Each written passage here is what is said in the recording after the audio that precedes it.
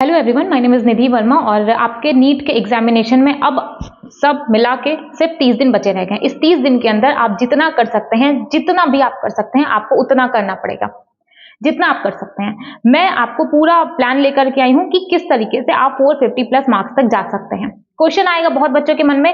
एक ने मेरे लास्ट वीडियो पे कमेंट भी किया था कि दीदी 450 प्लस से सिलेक्शन नहीं होने वाला।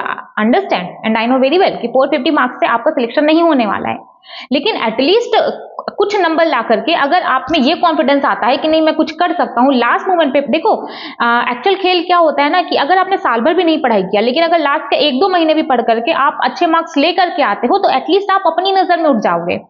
एटलीस्ट आप खुद के लिए कभी लाइफ में कोई डिसीजन ले पाओगे। अगर आपको नेक्स्ट ईयर ड्रॉप लेना है या फिर ड्रॉप नहीं भी लेना है, फैमिली प्रेशर होता है, बहुत सारी चीज होती है, आप क्या रिजल्ट दिखाओगे फैमिली को कि आपने पढ़ाई की, आपके 100 नंबर आए, आप क्वालिफाइड तक नहीं किए, क्या बोलोगे आप आपकी फैमिली से? मैं मानती हूँ कि हाँ 450 मार्क्स पे आपका सिलेक्शन नहीं होने वाला, आई नो वेरी वेल, ठीक है, लेकिन 0 नंबर लेकर आओ, 100 नंबर लेकर आओ, 150 नंबर लेकर आओ, क्या आपकी फैमिली ये डिजर्व करती थी? आपको पूरा 1 साल दिया उन्होंने, आपका सारा फाइनेंस देखा, सारा हंसी खुशी सब कुछ देख लिया उन्होंने।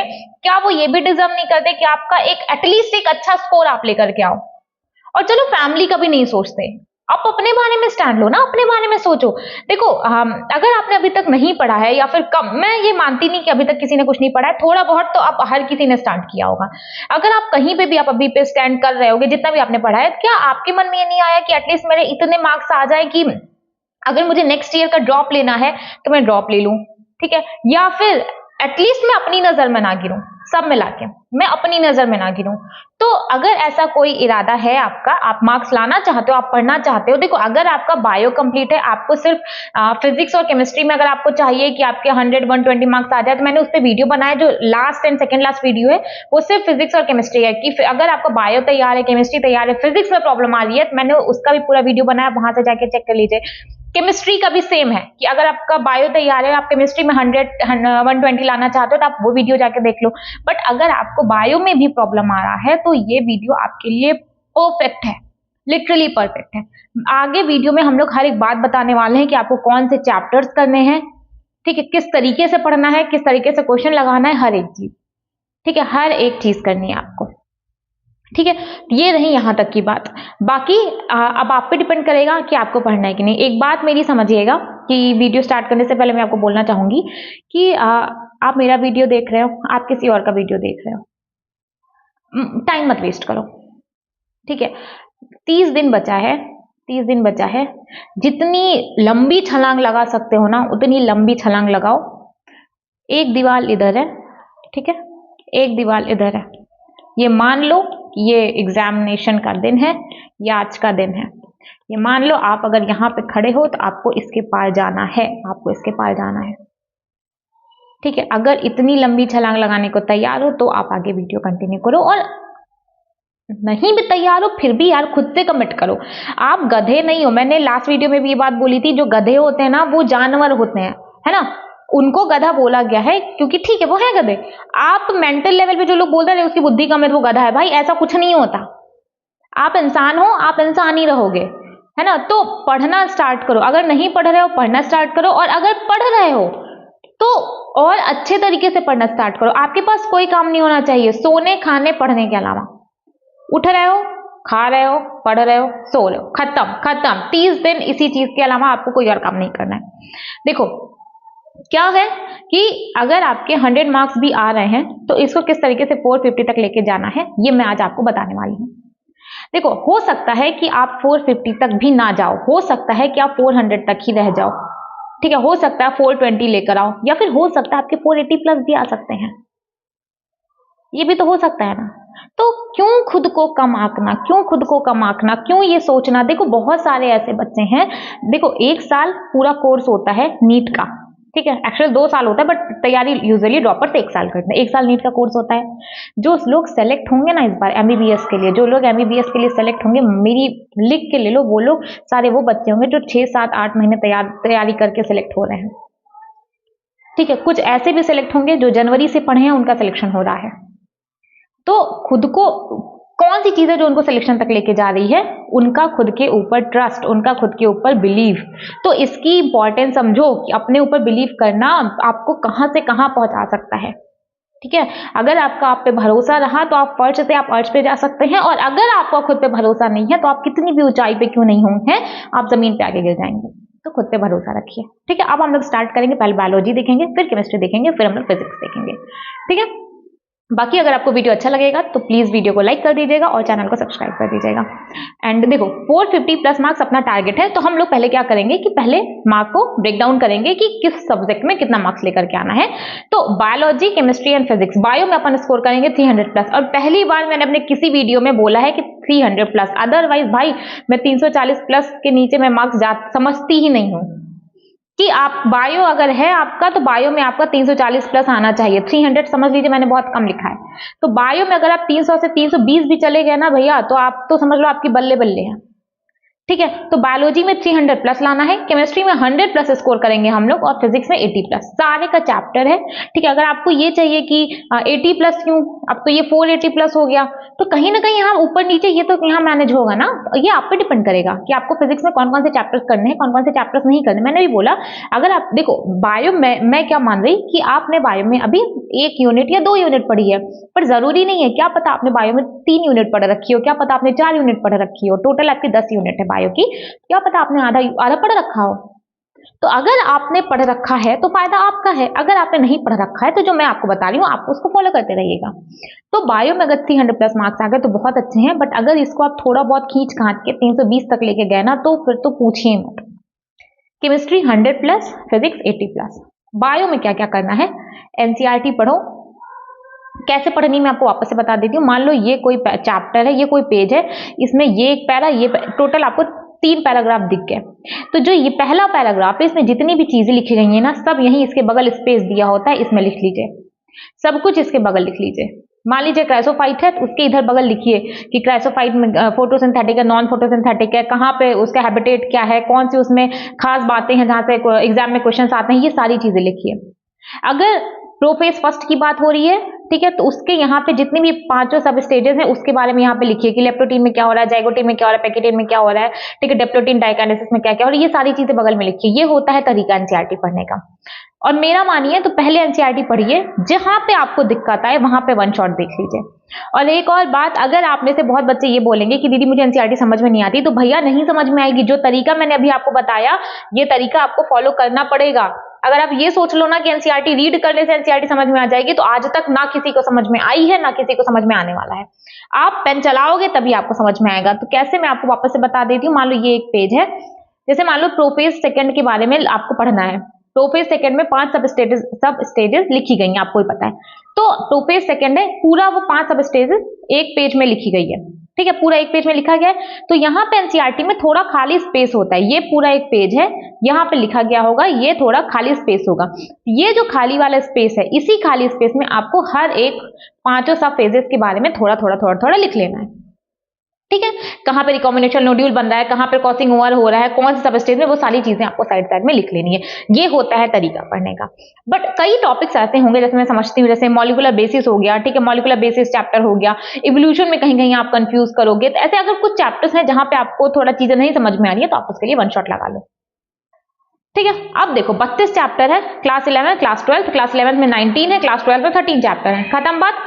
कोई भी एक उठाओ पहले, या तो क्लास 11 उठाओ या तो क्लास 12 उठाओ। और पढ़ना कैसे है, यूनिट वाइज पढ़ना है। मैं आपको लिख देती हूँ, यूनिट वाइज पढ़ना है। वो बच्चों वाला खेल खत्म हो गया कि पहले एक चैप्टर पढ़ेंगे, फिर 6वां चैप्टर, फिर 12वां चैप्टर, फिर 19वां चैप्टर। ऐसा नहीं, एक यूनिट स्टार्ट करेंगे, यूनिट खत्म करेंगे। और मेरी मानो हमेशा सीरियल वाइज चलो, ठीक है, पहले फर्स्ट यूनिट, फिर सेकंड यूनिट। भाई मार्को एनाटॉमी से बहुत क्वेश्चन आना है, तो आप इसको ये मत सोचिए कि चलो छोड़ देता हूँ, इट्स ओके। एनाटॉमी मार्फोलॉजी से पिछले 2-3 साल से बहुत ज्यादा क्वेश्चन पूछे जा रहे हैं। पहले पहली यूनिट खत्म करो, फिर दूसरी यूनिट खत्म करो, फिर तीसरी यूनिट खत्म करो, फिर चौथी यूनिट खत्म करो। एक लाइन से खत्म करोगे ना, तब आपको कॉन्फिडेंस भी आएगा और आपको मजा भी आएगा। एक यूनिट खत्म किया और ऐसे स्टार्ट करो। मैं आपको बोलूंगी कि डेली 1 से 2 चैप्टर करो, बट आप क्या कर सकते हो, आप ऐसा करो कि डेली एक यूनिट लेके बैठे, पूरा यूनिट खत्म कर दिए, मजा आ जाएगा आपको। आपको लगता है कि नहीं हो पाएगा, ये सब हो सकता है, इसलिए मैं आपसे, देखो जो नहीं हो सकता वो मैं आपसे नहीं बोलूंगी। मुझे भी पता है कि आपकी एज 18 से 21 साल के बीच में होगी, जो भी मेरा वीडियो देख रहा होगा, मतलब अप्रॉक्स ऐसी होगी, है ना। तो अगर जो चीज मुझे पता है आपसे नहीं हो सकती, वो काम मैं आपको क्यों दूंगी। तो मुझे पता है एक दिन में 4 चैप्टर बायोलॉजी के कंप्लीट हो सकते हैं विद क्वेश्चन प्रैक्टिस, इसलिए मैं आपको बोल रही हूँ, ठीक है, इसलिए मैं आपको बोल रही हूँ। अब जैसे मान लो ह्यूमन फिजियोलॉजी का है, तो चलो ब्रीदिंग, सर्कुलेशन और एक्सक्रीशन एक दिन में हो जाएगा। 3 का मैंने बोला ना, ब्रीदिंग, सर्कुलेशन, एक्सक्रीशन, ये तीनों हो जाएगा। बट अगर ये न्यूरल की बात करी जाए तो मैंने उसको नहीं लिया है, मैंने सिर्फ 3 चैप्टर्स लिए हैं, ये हो जाएगा। आई होप आपको समझ में आया होगा। तो या तो क्लास 11th उठाओ या तो क्लास 12th उठाओ। अगर क्लास 11th उठा रहे हो तो 14 अप्रैल से पहले खत्म करो, और अगर उसके बाद क्लास 12 पढ़ना है तो 25 अप्रैल तक आपका खत्म हो जाना चाहिए बायो का सिलेबस। अब आप ये बात करोगे कि दीदी 15 अप्रैल से पहले तो सिलेबस कंप्लीट करना है ना, उसके बाद रिवीजन करने का भी तो टाइम चाहिए। भाई कौन सा रिवीजन करना है आपको, जब आप लास्ट रिवीजन के लिए तब ज्यादा टाइम चाहिए होता है जब आपने जनवरी से पढ़ा हो, आपने जुलाई से पढ़ना स्टार्ट किया हो। लेकिन जब आप अभी तुरंत पढ़ रहे हो तो आपको क्या इतना रिवीजन करना, डेली रिवीजन करो, डेली रिवीजन करो।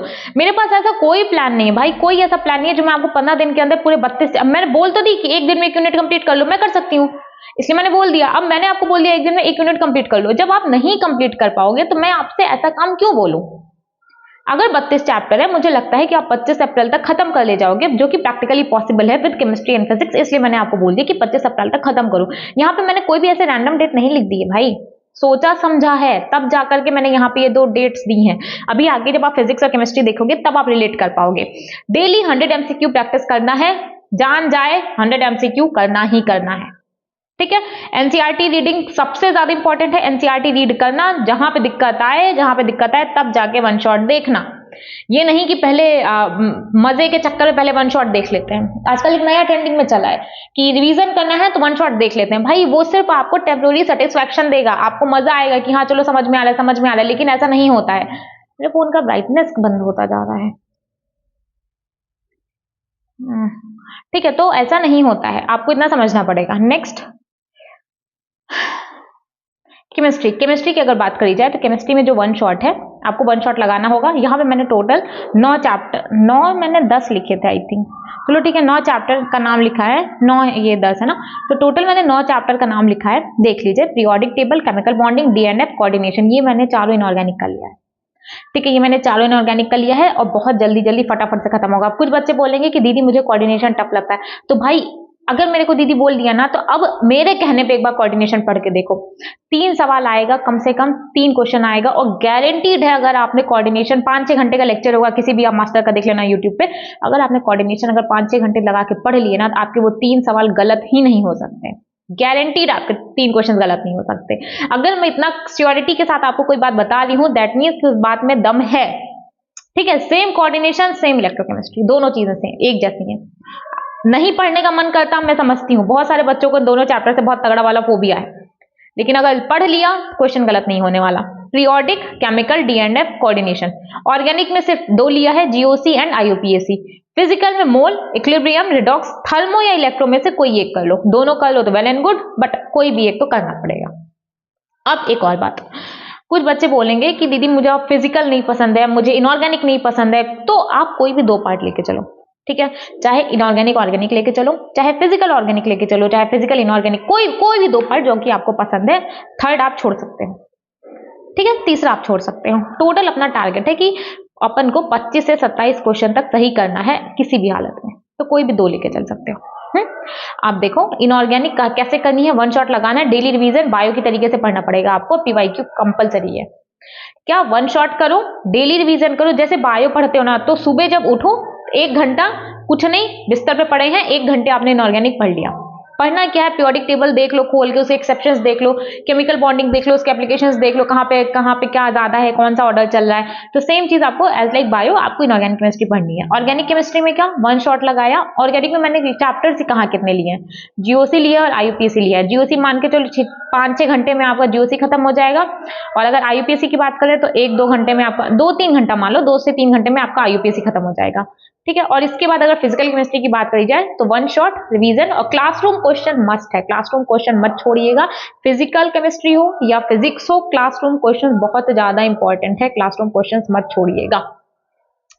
क्या लिखा मैंने, 15 अप्रैल तक खत्म हो जाना चाहिए। ये वीडियो आपको मिलेगा 5 अप्रैल को, 5 अप्रैल से लेके 15 अप्रैल तक टोटल आपके पास 10 दिन का टाइम रहेगा, 10-11 दिन का। तो इस 10 दिन में ये 9 चैप्टर आपको करना पड़ेगा किसी भी हालत में। नींद सेक्रीफाइस करनी पड़ रही है, करो, ठीक है। 4 घंटे सो, 5 घंटे सो, काफी है। 30 दिन सोओगे कुछ नहीं होने वाला, ठीक है। सॉरी, उसके बाद सोना ही सोना है। तो या तो मक्खी आ गई, तो उसको भी स्ट्रैटेजी चाहिए। तो या तो आप 4 घंटे सो, 5 घंटे सो, कैसे भी करो, बट ये 9 चैप्टर कंप्लीट करो किसी भी हालत में। चॉइस आपकी है कि आपको मार्क्स लाना है, जर्नी आपकी है, या तो इस पार रहो या तो छलांग लगा के उस पार चले जाओ। सोना है, सोते रह जाओ। जगना है, आज सैक्रिफाइस करोगे तो कल लाइफ अच्छी हो जाएगी। तो 15 अप्रैल तक आपको केमिस्ट्री अपनी खत्म कर देनी है। अब 15 अप्रैल के बाद से लेकर 4 मई तक भाई करो रिवीजन, जितना मन करे उतना रिवीजन करो। बहुत बच्चे कह रहे थे ना कि दीदी 15 तारीख तक के बाद रिवीजन भी करना है मुझे, तो करो 15 तारीख के बाद रिवीजन। अब भारी आएगी आप लोग के एकदम फेवरेट सब्जेक्ट की, वो है आपका फिजिक्स। फिजिक्स में चैप्टर दिए मैंने टोटल 7। अब लोग बात करेंगे कि मॉडर्न में dual nature, atoms and nuclear ये सब है। तो मॉडर्न एंड सेमीकंडक्टर मैंने एक ही लिख लिया है, क्योंकि डुअल नेचर ये बहुत छोटा छोटा चैप्टर्स है। तो ये दोनों को मिला के आपका 8 से 9 क्वेश्चन आएगा। यूनिट एंड डायमेंशन ये सारे क्वेश्चन है, तो आप खुद देख लीजिएगा। तो modern, semiconductor, unit and dimension, current, EMI बहुत छोटा है, काइनेमेटिक्स, अल्टरनेटिंग करंट, ठीक है, ऑल्टरनेटिंग करंट। एयर कंडीशनर मत समझ लीजिएगा कि एसी, चलो एयर कंडीशनर। तो टोटल 7 चैप्टर्स मैंने बताए हैं। इसमें से आप कोई भी, अगर आपकी इच्छा कोई भी एक, देखो बहुत ज्यादा जोर लेके फिजिक्स में मत करना कि हाँ अपना केमिस्ट्री भी बर्बाद कर दिए। अगर आपका बायोकेमिस्ट्री चल रहा है, आपको लग रहा है कि आप फिजिक्स नहीं कर पाओगे, तो मत करना, ठीक है। देखो बहुत ज्यादा ना लालच के पीछे मत पड़ो कि 500 नंबर चाहिए हमें, 450 नंबर चाहिए, एक महीने में हमें 450 नंबर, एक महीने में 500 नंबर चाहिए। भाई कैसे आ जाएगा? अगर आपने नहीं पढ़ा है कैसे आ जाएगा? अगर आपने बायो में कुछ नहीं पढ़ा, केमिस्ट्री में नहीं कुछ पढ़ा, फिजिक्स में कुछ नहीं पढ़ा, कैसे आ जाएगा? मतलब मैं आपकी कैपेबिलिटी पे डाउट नहीं कर रही। आप बोलोगे कि दीदी आप बोलते हो कभी कि आपको ट्रस्ट है हम लोगों के ऊपर, फिर आप कभी बोलोगे आपको ट्रस्ट नहीं। ट्रस्ट है भाई, लेकिन दिमाग आप पे है। आपको टाइम मिलेगा, आप बहुत अच्छा कर लोगे अपनी जिंदगी में, बहुत अच्छा कर लोगे। बट प्रैक्टिकल क्या है, प्रैक्टिकली ट्रुथ क्या है कि अभी आपके पास सिर्फ 30 दिन का टाइम है। 30 दिन का टाइम है। 30 दिन में कैसे आप सब कुछ मैनेज कर लोगे? तो अगर आपका ब्रेन एक्सेप्ट कर रहा है कि फिजिक्स पढ़ना है तो ही फिजिक्स उठाना, नहीं एक्सेप्ट कर रहा है कि नहीं मैं सब मिक्स कर दूंगा तो मत उठाना। बायो में भी अगर 300 नंबर ले आओगे, केमिस्ट्री में भी 100 नंबर लेकर आओगे ना, तब भी आपके, अगर आप 0 पे थे ना, 100 नंबर पे थे, तब भी अब आपके 400 नंबर आ रहे हैं बेटा। तो जो आ रहे हैं उसको मत गंवा देना ज्यादा के चक्कर में। ये बात मेरी हमेशा ध्यान रखना, जो आ रहा है उसको मत गंवा देना। बट अगर आप में है कि आपने बायोकेमिस्ट्री कभी ना कभी कर रखा है थोड़ा बहुत, तो आप फिजिक्स पे मूव कर सकते हो। ये देख लो, modern, semiconductor, unit and dimension, current, EMI, kinematics and alternating current, ठीक है। ये रही सारी बात। 1 शॉट लगाना है, पीवाईक्यू क्लासरूम क्वेश्चंस मस्ट है। इसके बाद 6 अप्रैल से लेके 25 अप्रैल तक आप करना चाहो कर सकते हो कि आपको डेली 1 से 2 घंटे ही फिजिक्स करना है। डेली 1 घंटा फिजिक्स, खत्म बात, डेली 1 घंटा फिजिक्स, ठीक है। डेली 1 घंटा फिजिक्स करो। 15 अप्रैल को जब आपका केमिस्ट्री खत्म हो जाएगा तो उसके बाद 1 घंटे को बढ़ा के 2 घंटा या 3 घंटा कर देना। बाकी केमिस्ट्री का रिवीजन करते रहना साइड वाइज। समझ में आया आपको कि जब 15 अप्रैल को आपका केमिस्ट्री खत्म होगा, उसके बाद 15 अप्रैल से लेके 25 अप्रैल तक अपने फिजिक्स का टाइम 1 घंटे से बढ़ा के 2 घंटा या 3 घंटा रख देना। ये कर सकते हो, ठीक है। तो ये modern, semiconductor, unit and dimension, current, EMI, kinematics, AC. अगर नहीं कर सकते इतना, तो एटलीस्ट ये दोनों चैप्टर कर लेना, मॉडर्न एंड सेमीकंडक्टर। 30 से 40 नंबर तक का आपको मिल जाएगा सिर्फ इस 2 चैप्टर से, ठीक है। 30-40 नंबर तक आ जाएगा। तो अगर आपका 400 वहां से भी आएगा ना, तब भी आपका यहाँ से 30-40 में मिला के 430 नंबर आ जाएगा। तो मार्क्स को देखो, उस हिसाब से पढ़ाई करो, है ना, स्मार्टली स्टडी करो। तो 6 अप्रैल से लेके 25 अप्रैल तक करना है। 15 अप्रैल तक 1-1 घंटे पढ़ो, 1 घंटे 2 घंटे जैसा भी पॉसिबल हो पाए, और उसके बाद शिफ्ट हो जाओ 2 घंटे 3 घंटे 4 घंटे, जब आपका केमिस्ट्री का सिलेबस कंप्लीट हो जाए, ठीक है। आई होप आपको हर एक बात समझ में आ गई होगी, मैंने जितनी बातें समझाई। और देखो, जितना कर सकते हो उतना करो। 30 दिन बचा हुआ है, 30 डेज, ठीक है। 30 दिन में आपको जितना कर सकते हो ना, आप उतना करो। जब 4 मई को आप पेपर दे के निकलो ना, बाकी दुनिया जो कहती है कि तेरा सिलेक्शन नहीं हुआ, इतने मार्क्स से क्या होता है, साल बर्बाद कर दिया, हिलाना फैलाना ढिमकाना, जिसका जो रोना है रोने दो। कम से कम 4 मई को एटलीस्ट आप खुद की नजर में तो अपने हीरो रहोगे, खुद की नजर में तो अपने हीरो रहोगे। Be your own hero. अपनी लाइफ में अपने हीरो बनो, बाकी दुनिया के लाइफ में बाद में बन जाओगे। अगर आप अपनी नजर में उठ गए, बाकी किसी और की नजर में उठते हो गिरते हो कोई मैटर नहीं करता। आपको आपकी नजर में उठना है और वहां से आपको आपका करियर बनाना है। तो जो टाइम था पास्ट पास्ट ही रहेगा, प्रेजेंट पे फोकस करके फ्यूचर को बदला जा सकता है। तो सारा जो कुछ है सिर्फ आपके प्रेजेंट में है। 30 दिन बचा है। मैं यही कहूंगी कि फोन पे स्क्रॉलिंग से बेटर है कि हाँ पढ़ाई कर लो। ठीक है, पढ़ाई कर लो। इंस्टाग्राम कोई पैसा नहीं देता आपको स्क्रॉल करने का, बट अगर पढ़ लोगे तो हर एक चीज आपकी जिंदगी में पॉसिबल हो जाएगी। जो आज आप फैंसी लाइफ देखते हो वो आप जी पाओगे। ठीक है, तो पढ़ाई करना। बाकी अगर आपका कोई भी डाउट आता है तो आप टेलीग्राम ज्वाइन कर लीजिएगा, डिस्क्रिप्शन में आपको वहां का लिंक मिल जाएगा, वहां से आप टेलीग्राम ज्वाइन कर लीजिएगा। ठीक है, इसके अलावा एक और बात करनी है मुझे आपसे कि ईपीटी ने अपना मेंटरशिप कोर्स लॉन्च किया है। अगर आपको वो लेना है तो आप वहां से जाकर के उसको परचेज कर सकते हैं। ठीक है, अगर उसका भी लिंक आपको डिस्क्रिप्शन में मिल जाएगा। आपको प्रॉपर गाइड किया जाएगा। किसी भी तरीके की अगर आपको पढ़ाई से रिलेटेड प्रॉब्लम हो रही है, आपसे टाइम मैनेज नहीं हो रहा, आपका शेड्यूल नहीं बन पा रहा है, एनीथिंग, अगर आपको कहीं पे भी कोई भी डाउट आ रहा है तो आप जब भी आप मेंटरशिप कोर्स लेते हैं तो उसके अंदर आपको हर एक चीज मिलेगी, प्रॉपर गाइडेंस। ठीक है, हर एक चीज का मतलब समझ रहे हैं, कोई ना कोई टीम मेंबर आपसे कनेक्ट करेगा वीकली। तो अगर आप इंटरेस्टेड हैं तो आप डिस्क्रिप्शन में आपको लिंक मिल जाएगा, वहां से जाकर के एक बार आप चेक कर लीजिएगा। अदरवाइज डिस्क्रिप्शन में ही आपको टेलीग्राम का भी लिंक मिल जाएगा। अगर आपको कोई भी डाउट आता है तो आप टेलीग्राम में मैसेज कर सकते हैं। ओके, बाकी पढ़ाई करते रहो, पढ़ाई के बिना कुछ होने वाला नहीं है। पढ़ाई करो, पढ़ाई मोस्ट इंपॉर्टेंट है। ठीक है, ओके, चलो पढ़ते रहो, खुश रहो।